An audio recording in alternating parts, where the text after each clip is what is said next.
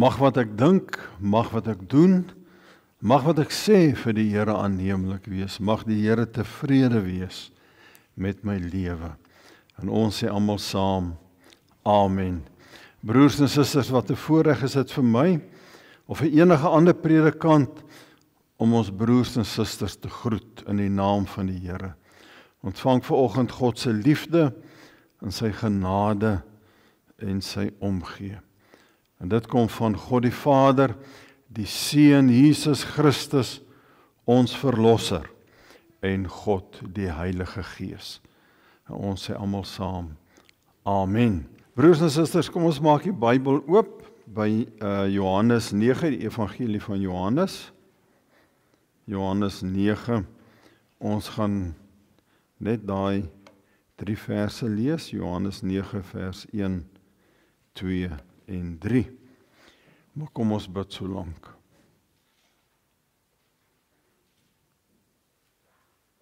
Vader, wat 'n voorreg is dit om, al is dit buite koud en al voel dit in ons velle koud, dat ons harte kan warm wees as ons as 'n geloofsfamilie bymekaar is.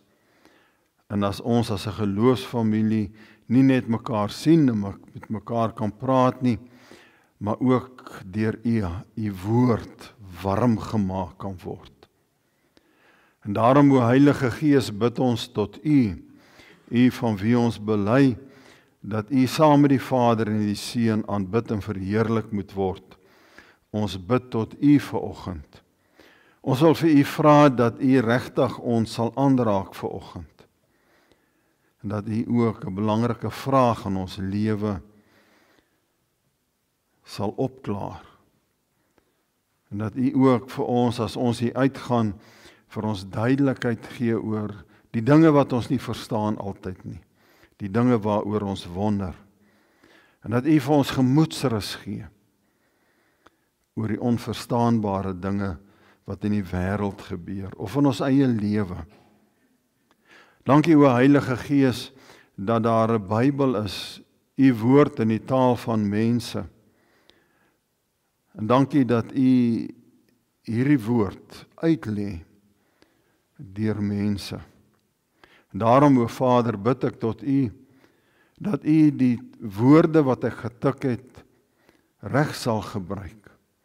O Heilige Gees, dat dit reg sal oorkom en dat dit soos 'n kopspeld se punt sal druk op die seer of op die wonders of op die waaroms van ons lewens en ons gemoed, soos ons vanoggend hier is. Verander daarom my eie denke, my eie gemoed, sodat ek in lyn met u wil en u emosie in u hart sal wees vanoggend.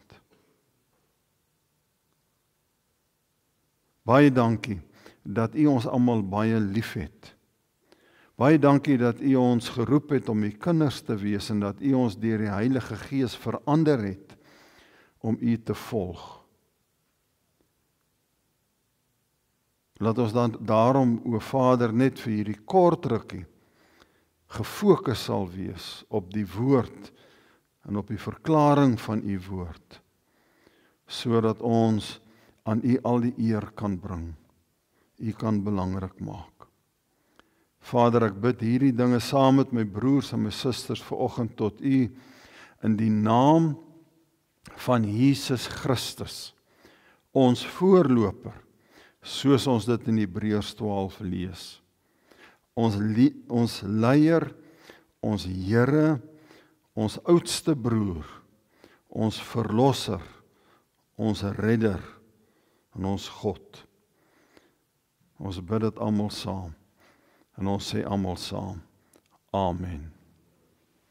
Kom ons lees Johannes 9. Terwyl Jesus wegstap, sien hy 'n man wat van sy geboorte af blind was. Sy disippels vra hom toe, Rabbi, deur wie se sonde is dit dat hierdie man blind gebore is? Sy eie of sy ouers sin? En Jesus antwoord, dit is nie deur sy eie sonde nie, en ook nie deur sy ouers sin nie, maar Hy is blind sodat die werk of die werke van God, sodat die werke wat God doen in hom gesien sal word. 'n Ongrypende deel. Kom ons lees weer daai laaste deel, want dit is eintlik die kruks van die saak is daai vers 3. Dit is nie deur sy ouers se nie, en ook nie deur sy eie sonde nie, en ook nie deur sy ouers se nie, maar hy is blind sodat die werke wat God doen in hom gesien sal word.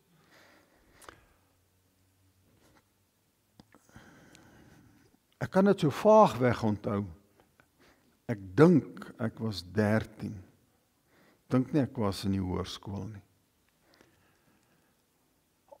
Agter my omtrent was die sementdam daar op my oupa se plaas, waar ons as kinders altyd geswem het. Reg so entjie oorkant die sementdam het die groot treurwilger gestaan. Bietjie verder was my ouma se groot boord. Ek kan onthou van die kaalgat perskes wat sy gehad het en die geel perskes wat so lekker was om te eet. Maar die dag het ons nie gespeel nie. Die dag het ons gekom om afskeid te neem. Ek kan onthou dat my neefie daar begrawe is. Dit is my altyd snaaks dat hy begrawe is op die plek waar ons gespeel het. My neefie wat die lig gesien het, maar eintlik nie geleef het nie.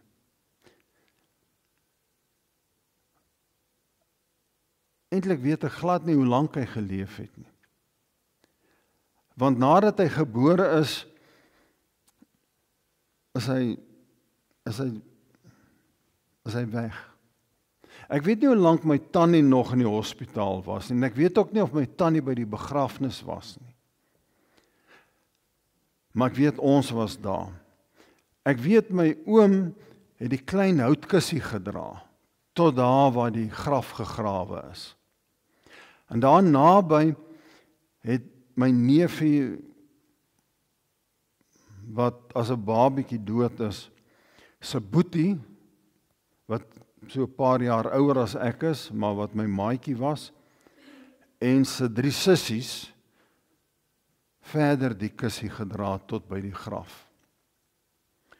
En daar is die kussie in die grafie, dat sak. Ons was 'n groot familie, want by die graf, by die begrafnis, by die grafie, was ons hele familie. Dit kan ek onthou.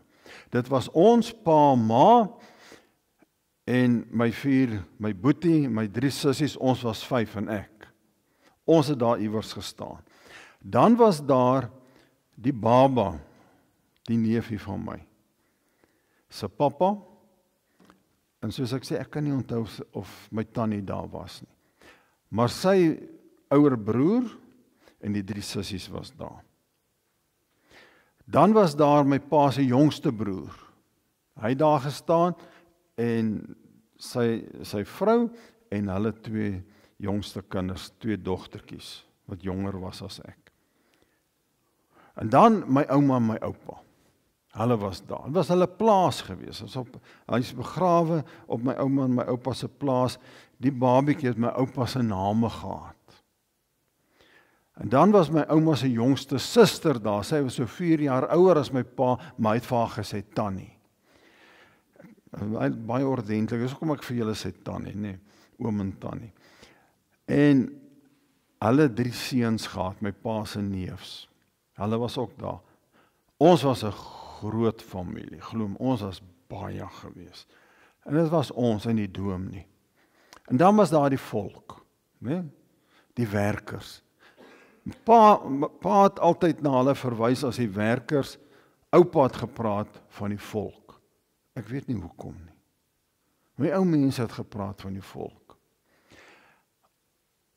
Pa se werkers was daar, my oom wie se baba oorlede is, hulle werkers was daar, pa se jongste broers en my ouma se jongste sussie se en my oupa se 5 families se plaaswerkers, want ons is so by mekaar geboer.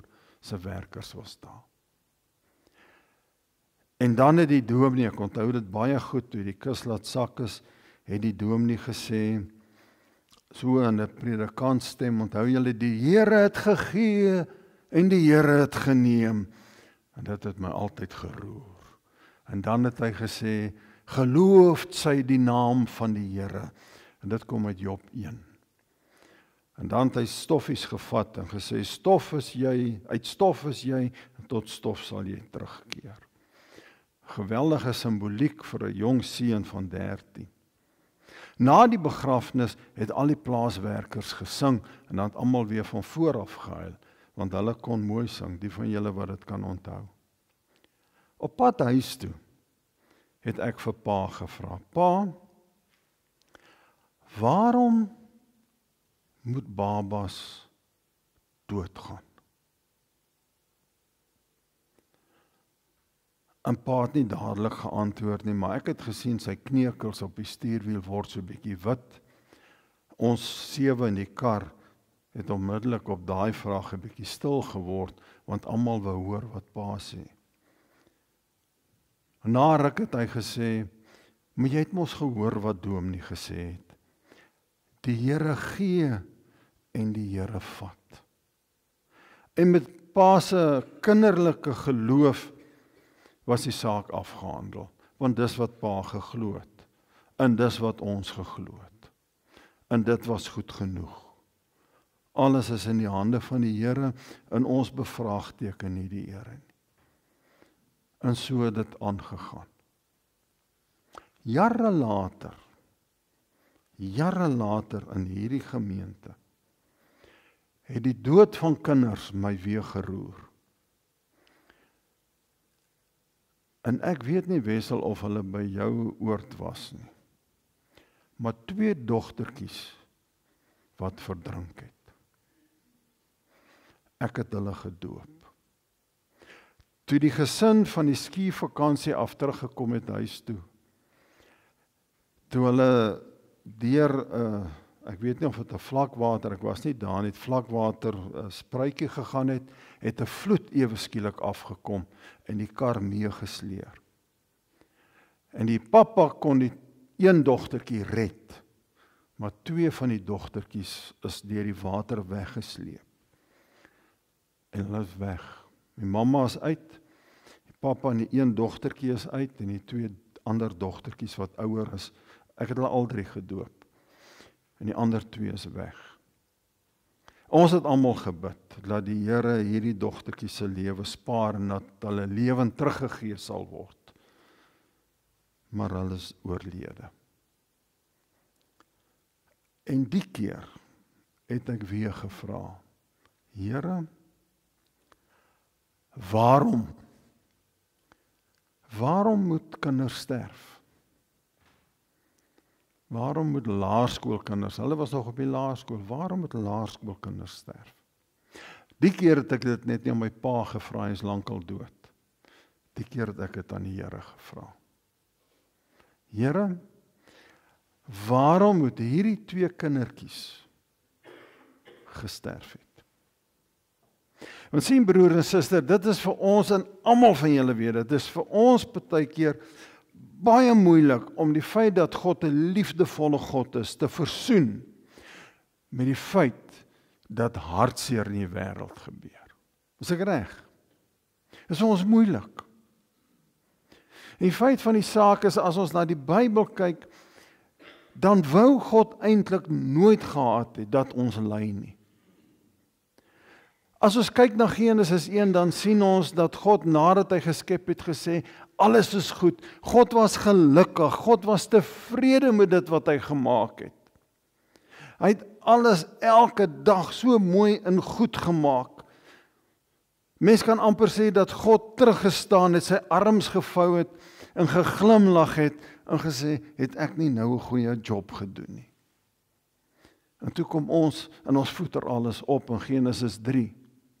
En in Genesis 3 vers 14 tot 20 sien ons het hartseer ingekom. Na die ongehoorsaamheid van ons mense het die gebrokenheid, die stikkend wees, lyding, smart, trane, alles wat sleg is, alles wat ons uit mekaar uitruk, die wêreld ingekom.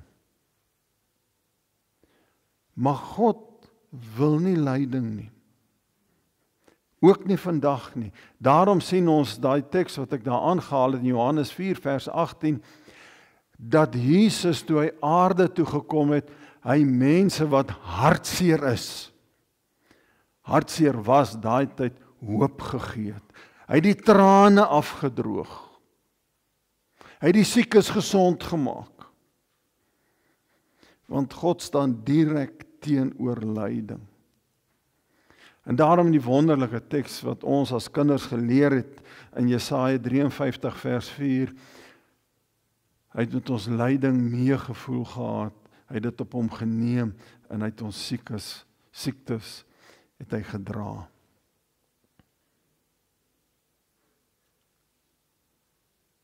Die vraag dan, waarom Here? Wie se skuld is dit dan? Sien, dis nie 'n nuwe vraag nie. Dis nie 'n vraag wat ek vir die eerste keer uitgedink het toe ek daar 13, 14 was nie. Dis nie 'n vraag wat niemand anders voor die tyd gevra het nie. Die disippels het dit ook gevra. Rabbi, wie se sonde is dit? Wie se oorsaak is dit? Waarom moet hierdie man nou blind wees? Is eintlik myselfe vraag. Dis nie 'n nuwe vraag. Hoekom moet hierdie ou blind wees nie? Want sien, in daai tyd was daar verskillende redes wat mense geglo het hoekom mense blind is. Mense het geglo dat jy is blind of sonde of stikkend wees tref jou, siekte tref jou, gebrokenheid tref jou as gevolg van sonde. As gevolg van dinge wat jy verkeerd doen. Daarom sê hulle, is dit oor sy eie sonde? As dit nie sy eie sonde is, dan moet dit sy familie se sonde wees. Maar dit moet iemand se sonde wees. Dan is sy ouers se sonde dat hierdie ou lyk soos hy lyk. En ons probeer dit ook verklaar. Hoeveel keer, broer en suster, het julle al gehoor na natuurrampe? Dat mense sê, weet jy, om daai ouens so sleg is. As 'n rede. Hoekom tref daai natuurramp hulle? Hoekom het dit met hom gebeur? Dis omdat hulle so sleg is. En God werk nie so nie. God werk nie met 'n oorsaak gevolg. Skuld, straf, vernietiging nie. Behalwe soms. Maar soms is dit oor ons eie skuld. Oor ons eie roekelose gedrag. As jy jouself dood drink, is dit jou eie roekelose gedrag, dan kan jy nie sê dis die Here se skuld nie. Jy het jou eie lewe opverwoes, opgevoeter. As jy onverantwoordelik leef, kan jy nie sê dis die Here se skuld of jou familie se skuld, dis jou eie skuld. En dan voeter jy ander mense se lewe ook op. Onverantwoordelike roekelose gedrag is dikwels ander mense of jou eie skuld, is nie die Here se skuld nie. Jy breek die wet van die Here, daarom is dit jou eie skuld. Is nie die Here se skuld nie.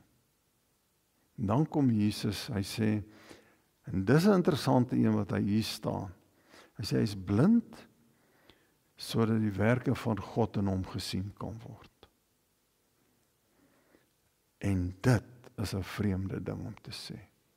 Want 'n mens wil amper sê, Here, dit maak glad nie sin nie. Maar Jesus sê hierso, weet julle wat, dit help nie om skuld te soek nie, want dit is nie nuttig nie.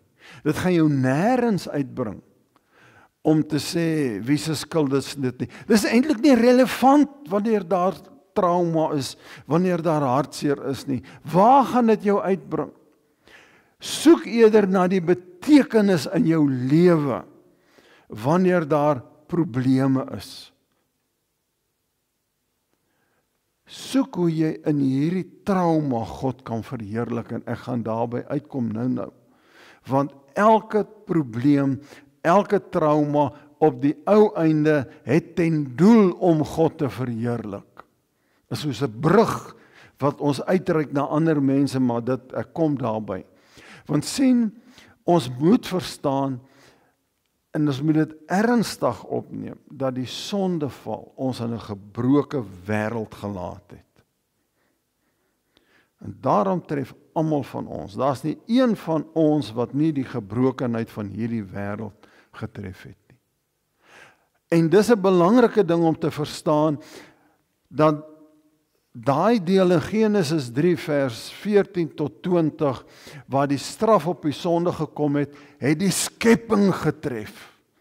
Daar's nie iets wat uitgelaat is daardeur nie, en daarom gebeur slegte goed met mense.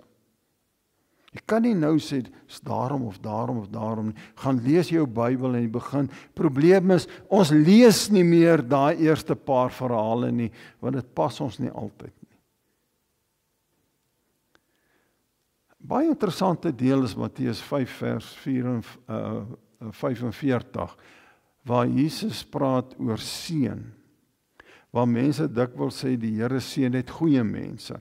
Dan sê Jesus, nee, wag, die Vader laat sy seën opkom, son, seën, opkom oor slegtes en goeies, en laat reën oor slegtes en goeies. Met ander woorde, die ander kant is ook waar. Dit sal met goeies en slegtes sleg gaan, daar's nie 'n onderskeid nie.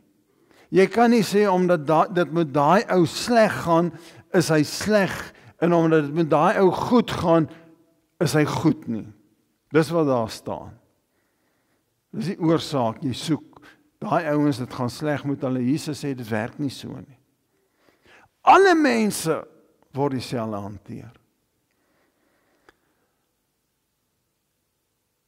Wat vir my aangrypend is die feit dat God saam met ons huil.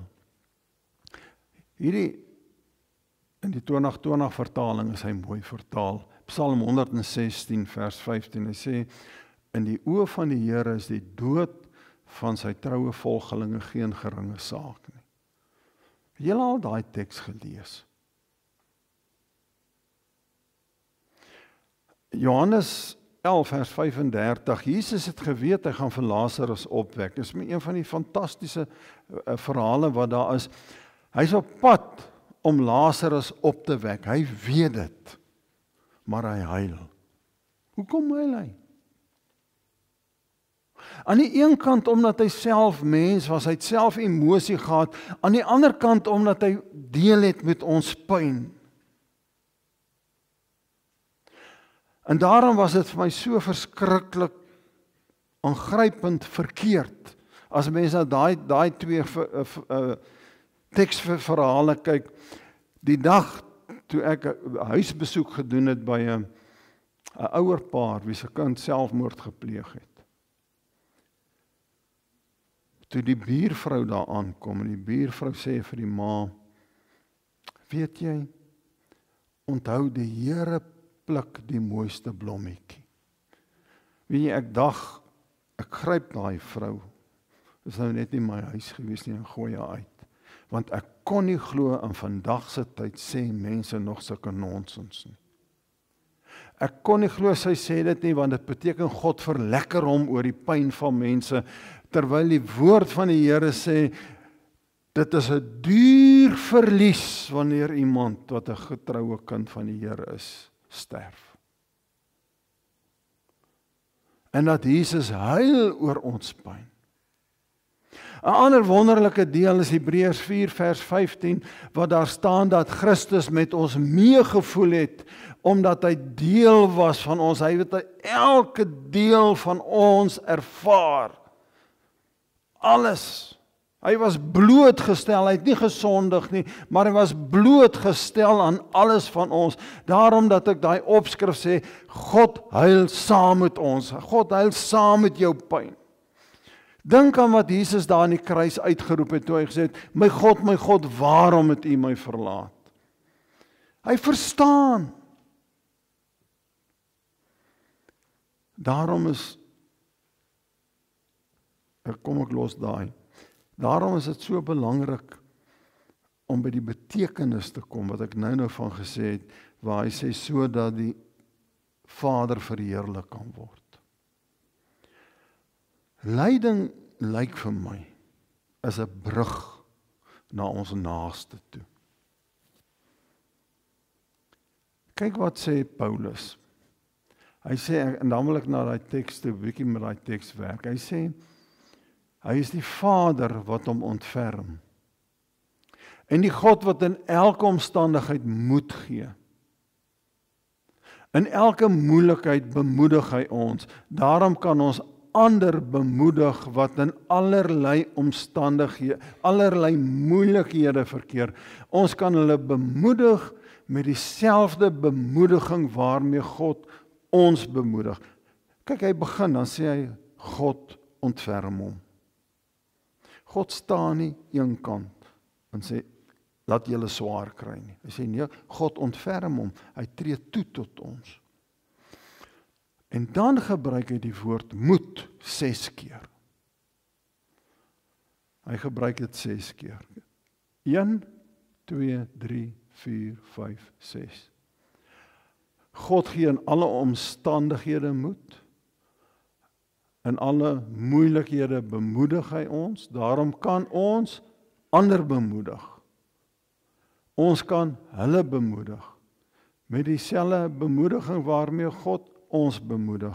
En dit lyk vir my, dis die doel van lyding.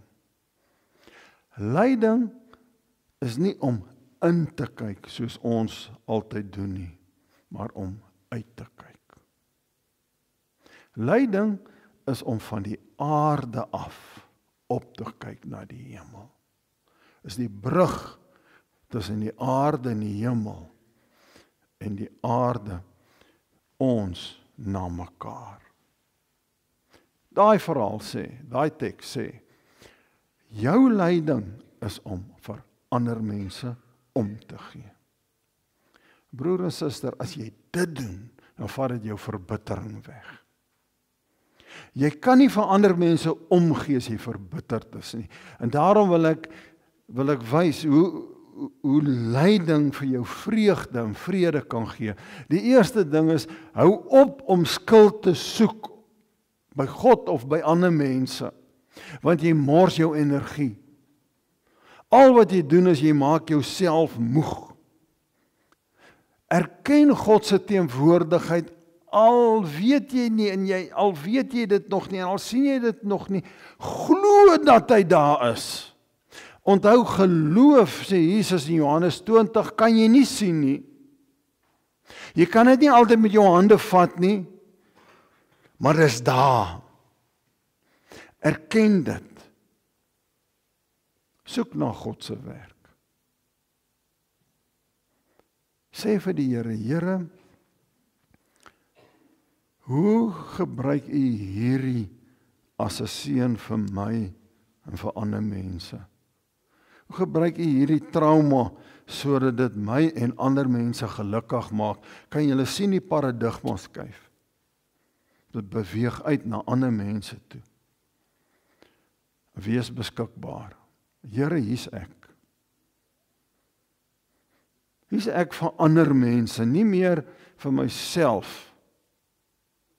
Om kwaad te wees vir U, om kwaad te wees vir ander nie. Hier's ek vir ander.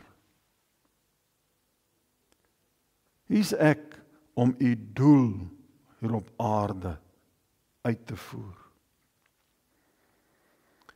Vertrou God, al verstaan jy dit nie. Ons verstaan nie God altyd nie. Maar vertrou hom. Want daar's dinge in die lewe wat buite ons is, bokant ons is, wat ons net eenvoudig sê, ek verstaan dit nie. Maar God is God, as ek hom verstaan het ek hom in my broek se sak gesit.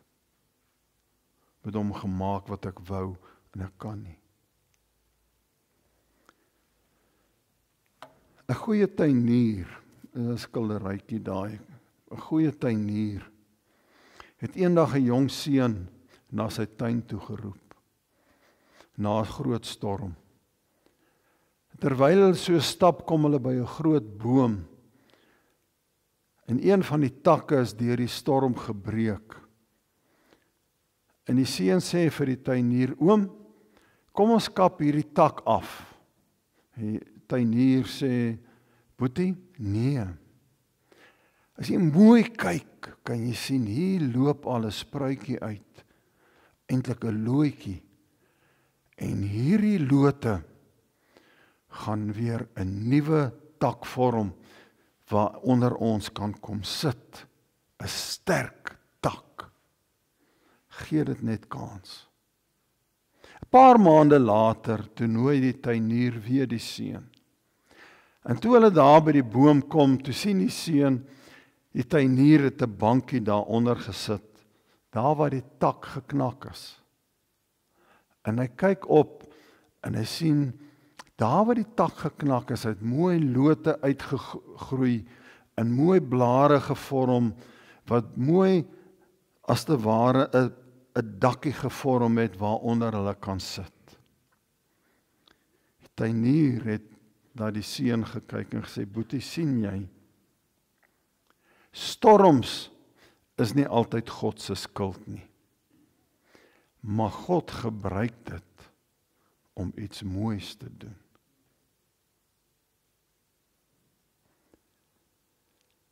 Hy is reeds besig om die storms wat in jou lewe gaan gebeur of is te verander in goeie dinge. Vader, elkeen van ons wat vanoggend hier is, ken U. Party van ons wat hier is gelukkig, dit gaan net met ons goed, en daarvoor sê ons as 'n geloofsfamilie dankie. Is ander van ons wat hier sit, met stikkende harte, of probleme in die lewe, soos 'n geknakte tak, wat ons dikwels dink ons wil afkap. Maar baie dankie dat die storms in ons lewe deur U gebruik word om iets goeds te word vir onsself en vir ander mense. O Heilige Gees, daarom bid ek dat U elkeen van ons in ons eie konteks en ons eie lewe sal aanraak. Dat ons sal uitwaarts beweeg met ons eie probleme, met ons eie waarom vra, met die eie dinge wat ons bang en moedeloos maak. Dat wanneer mense na ons kyk, hulle God in ons sal raak sien. Dat hulle sal sien dat ons 'n lig is vir die wêreld. Dat hulle vir ons sal vra, hoekom is julle anders in julle eie donker oomblikke? En ons sal kan getuig, ons is 'n brug tussen die aarde en U vir die wêreld om te glo. En so bid ek vanoggend vir my kollega, vir broer Johan wat hier sit, Suster Delien, Here, wat met die seniors werk. Ek bid vir die gemeenteraad, vir die hele geloofsfamilie van ons. Ek bid vir ons land, ons politieke onstabiliteit in die regering, vir ons dorp, ons stad, Here. Ek wil vir U vra dat U vir ons die deure oopmaak, dat ons die evangelie van Christus sal kan uitdra hier na ons omgewing, na ons stad toe, na die wêreld in Suid-Afrika, dat mense tot inkeer sal kom, dat die haat wat daar is tussen mense sal weggaan, en die vrede van die Heilige Gees in mense se lewens sal kom, dat mense gered sal word. Baie dankie Vader, vir al die goedheid en al die liefde en al die genade. Ons bid hierdie dinge tot U, in die naam van Jesus Christus, ons Verlosser, en God se kinders sê almal saam, Amen. Broers en susters, ontvang die seën van die Here en gaan leef in sy vrede. Die Here sal julle seën en beskerm. Die Here sal tot julle redding verskyn en vir julle genade gee. Die Here sal julle gebede verhoor en vir julle vrede gee. Van nou af en vir altyd. In die naam van die Vader, die Seun en die Heilige Gees. En ons sê almal saam, Amen.